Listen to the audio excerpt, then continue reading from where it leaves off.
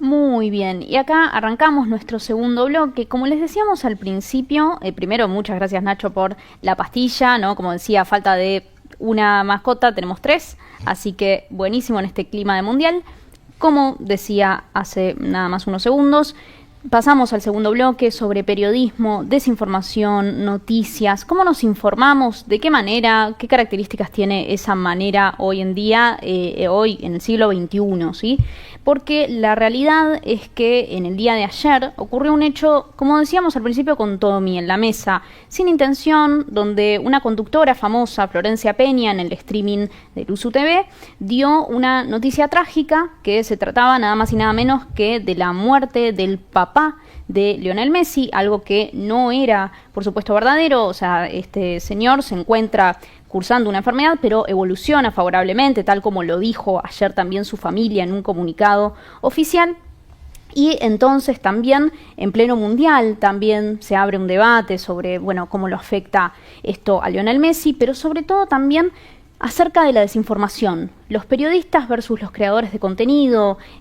La realidad es que hay un montón de temas, no solamente nos vamos a detener en este punto, porque la realidad es que hay un informe del Reuters Institute que justamente da un panorama, ¿sí? Reuters Institute es un instituto de investigación sobre periodismo que justamente, como decía, nos da un panorama de cómo nos informamos. ¿Qué tanto nos informamos? Obviamente las fake news, otros temas que también se pudieron extraer a través de encuestas a grandes dueños de medios a nivel mundial. Existe también un informe que salió hace más o menos 2 días, del que también vamos a estar tocando, por supuesto, esos datos. Por eso, para también ponernos en rol de futuros periodistas, estamos en un debate para hablar de esto, para hablar de todo. Somos estudiantes de periodismo, y por eso queremos analizar todas estas situaciones. Por eso me acompaña Jimena Durruti, Manuel Sobré, Amir Aravena e Ignacio Wurst. ¿Cómo están, chicos? Muy bien. Bien. Y de nada por escucharme. Por favor. Y de nada. Entonces, me gustaría comenzar, no sé qué les parece a ustedes, sobre el eje que nombraba recién, ¿no? El periodista versus el creador de contenido, ¿sí? Porque la realidad es que este informe, como les decía, el 75% de los ejecutivos planea que sus periodistas trabajen más como creadores en vez de como periodistas en la empresa. ¿Qué tienen para decir? ¿A quién le gustaría también empezar, no? Lo pienso yo si quieren, ¿eh? Dale.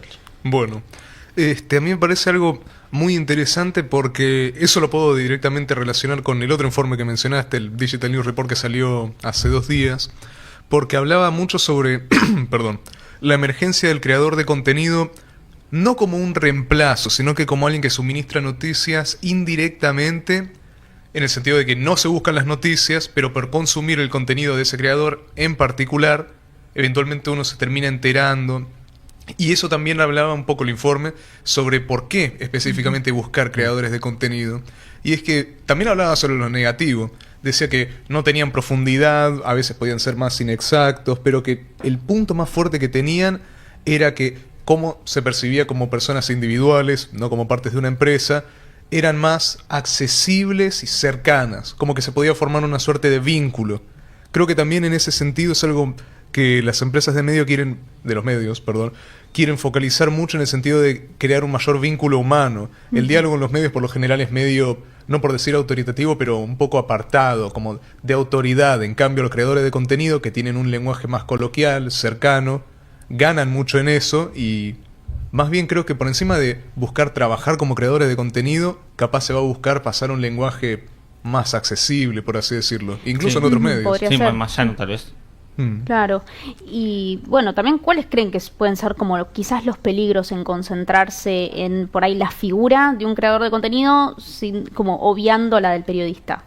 A mí me parece importante que hablemos del concepto de lenguaje, que es como, vieron que dicen que tu lenguaje forma tu pensamiento, en cierto modo. Vos no podés realmente saber qué pensás, o menos saber expresarlo, si no tenés el vocabulario para hacerlo. Borges decía que no existen los sinónimos, que cada palabra tiene como un valor y un peso que es inigualable. Yo creo que con esta idea de que ahora las audiencias buscan informarse más por personas que hablan en un lenguaje coloquial, que son como ellos, que hacen chistes y como que no buscan realmente informar, pero más contarte una historia y de paso si te tiran algo de la actualidad, sirve.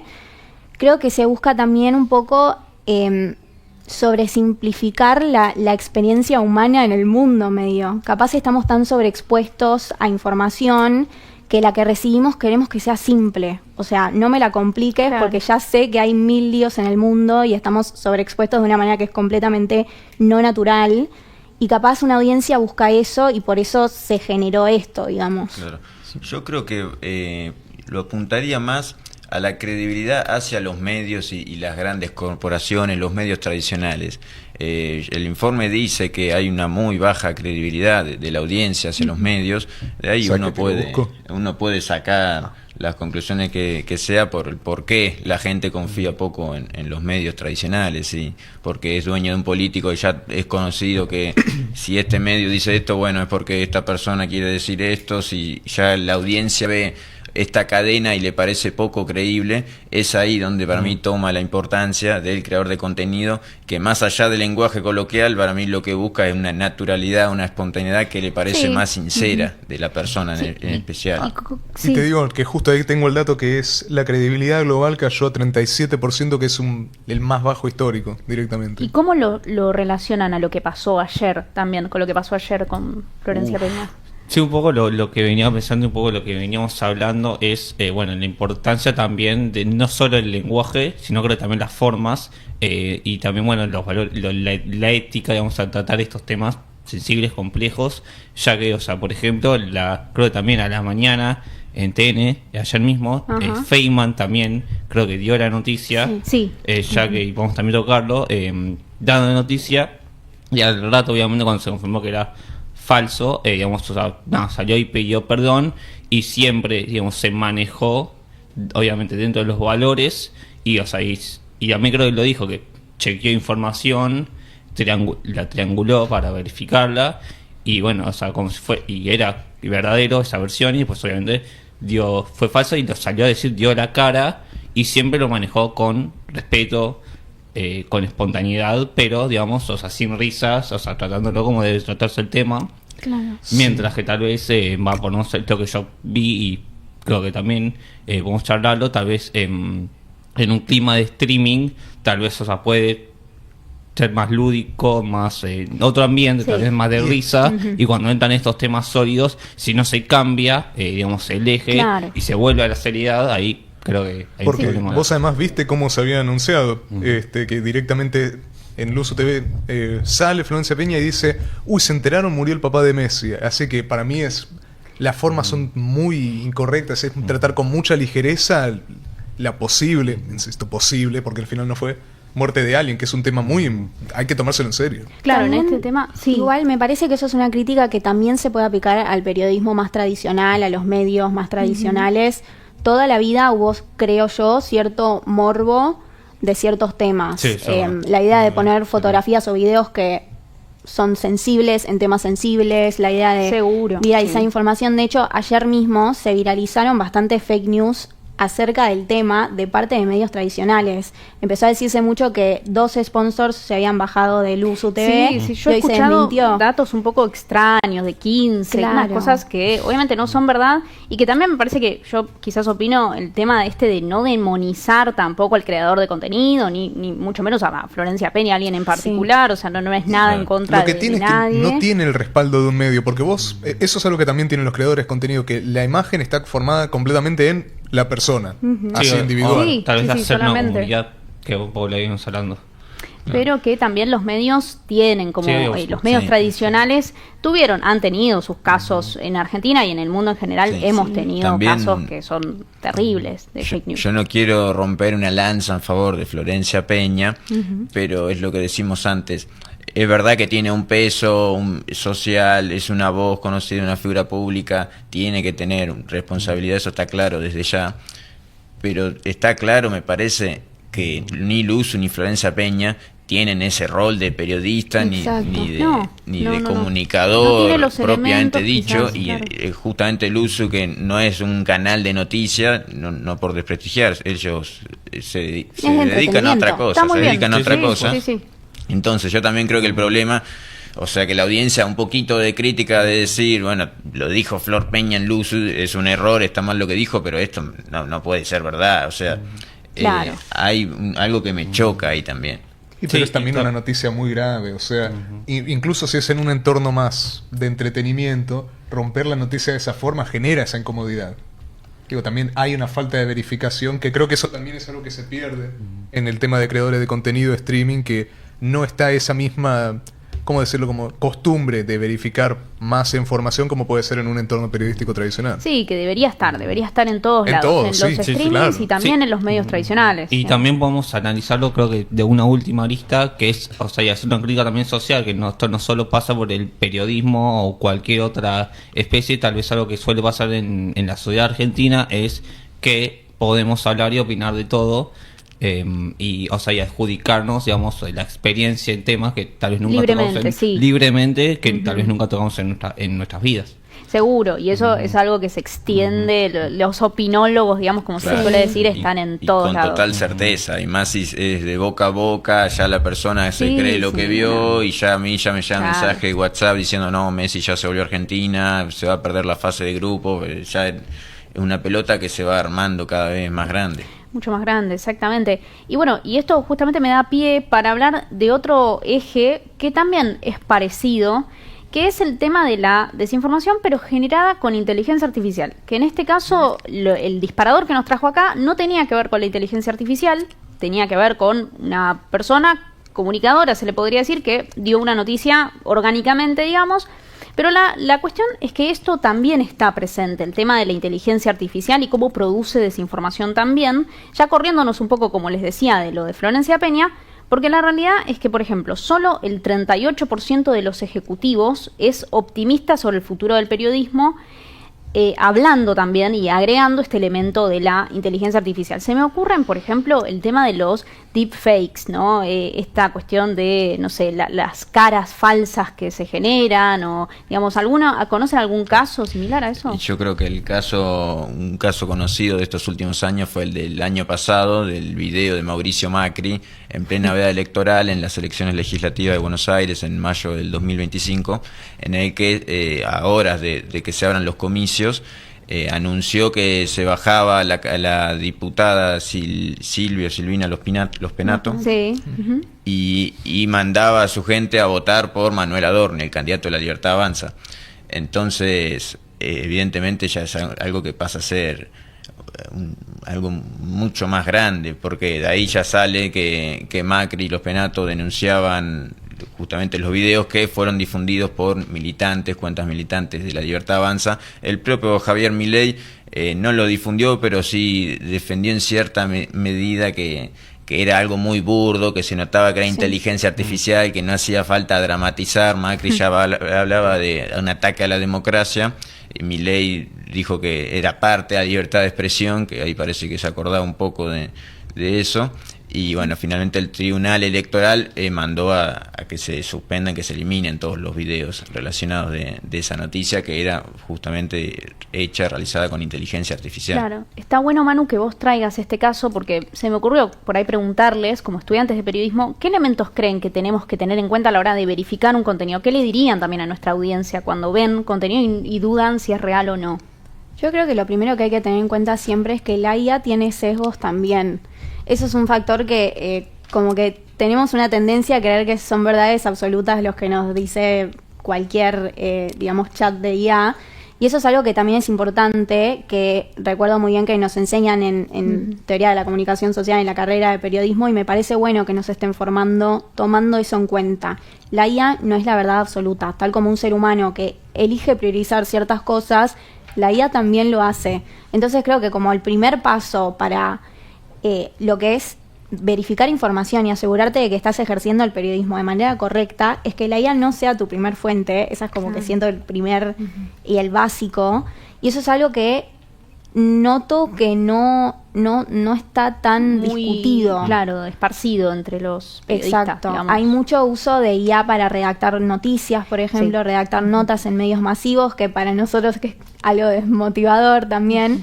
Pero, y esta idea de que capaz el redactor se termina volviendo prompter más que redactor, Tal ¿vieron? cual. Pero creo que ante eso hay que estar muy, muy pendientes de que es un peligro grande, porque estás permitiendo que haya todo un sistema que está programado de cierto modo, con ciertos sesgos, con ciertas ideologías, y capaz lo tomás como una verdad absoluta y quedás ciego a muchas otras cosas. Sí, también algo que podemos sumar a la charla es que la IA, de alguna manera, o sea, es una experiencia que nunca te va a criticar nada, que nunca te va a hacer objeción. te complace, ¿no? Y literalmente Sí, te complace, sí. te da la respuesta, entonces vos no podés ser crítico de nada.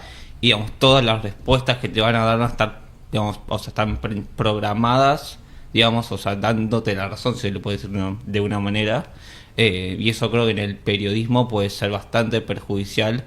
O sea, sí, o sea, si tomamos todo al pie de la letra, y digamos, si no hay una revisión antes, digamos, un chequeo. Sin dudar de nada sí, también. Sí, o sea, sí, Claro, y puede digamos, ser mentira. no, también, o sea, despegándose de que, o sea, la respuesta es algo que busca, así como decías bien, José, digamos, complacer completamente a quien está prompteando. Pero yo creo que tiene cierta ventaja, cierta eficacia, sí, y hay por ventajas algo es que la gente termina cayendo.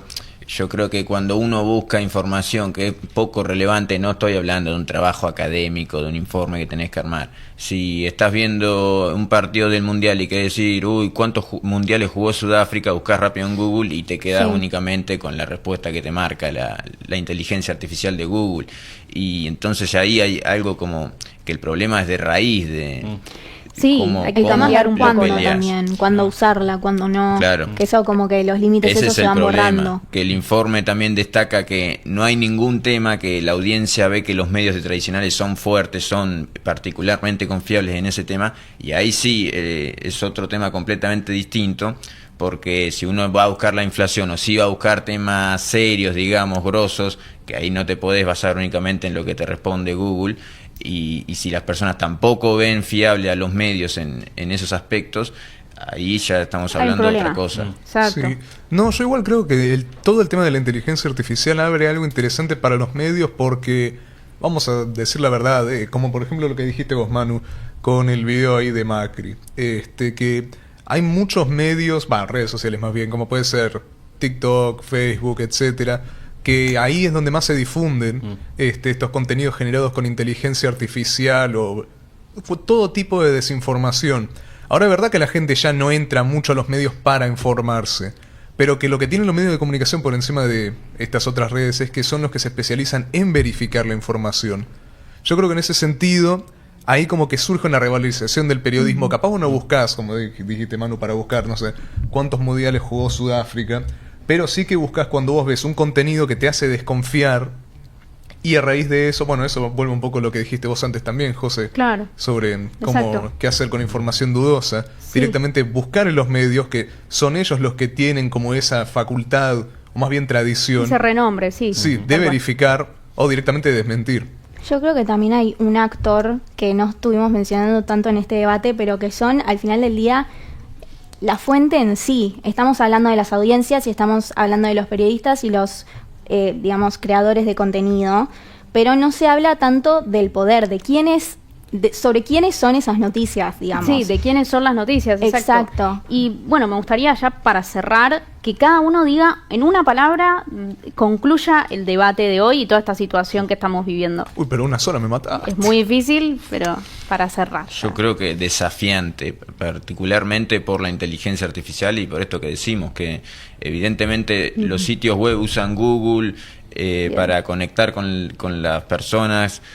Es complicado cómo pueden usar los medios, todas las tecnologías, la inteligencia artificial, las redes sociales, para comunicar y para llegar y a conectarse otra vez con la audiencia. Ujú. Sí. Es un desafío chicos. particularmente grande. Che, era una sola palabra, man. Bueno, no importa. Y yo, ahora sí que se me ocurrió igual una que es oportunidad. Perfecto. Basándome en lo que dije de que se pueden revalorizar Tal los medios cual. así. Sí, yo también, como conclusión, diría que es un tiempo tal vez de un parate, digamos, de parar un poco Parate, la pelota y ajá. repensar un poco de hacia dónde vamos, digamos, si estas, obviamente, todo este momento de vorágine informativa constante. Y Levantar el pie del sí, un desacelerador. poco, Claro. digamos, para analizar, Total. digamos, sí, oye, cuáles son los pasos a seguir, tales. Yo no tengo una palabra, la verdad. Es muy No- complicado no se me definirlo. ocurre una. ¿Tres? Sí, me Así que pilla. bueno, así Oh, cerramos bueno. este debate. Yo me voy a ir yendo para adelante. Les agradezco obviamente mucho, chicos, por sus ideas, por sus visiones. Así que bueno, Tommy, cerramos, ¿no? Nosotros vamos cerrando este 10º programa del ciclo 2026 de Punto Convergente TV. Les hacemos recuerdo que si se quieren comunicar con nosotros vía WhatsApp, nos pueden escribir al 11 55 77 83 03. Pueden visitar los bloques en vivo o visitar ciertos bloques que tengan más interés por nuestro canal de YouTube en Punto Convergente Televisión. O si quieren enterarse de antemano, con un día de antemano, los temas que vamos a discutir los viernes, pueden conectarse con nosotros vía Instagram a @puntoconvergentetv.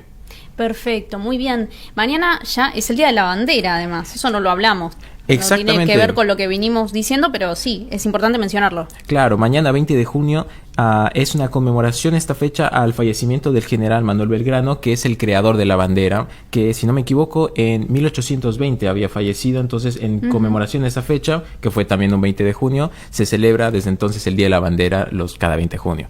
Así que muy bien, nosotros ya nos despedimos. Nos vemos como siempre el viernes que viene con más Punto Convergente TV, ¿no? Por supuesto, nos despedimos, que tengan una muy buena semana y nos vemos la semana que viene. Nos vemos.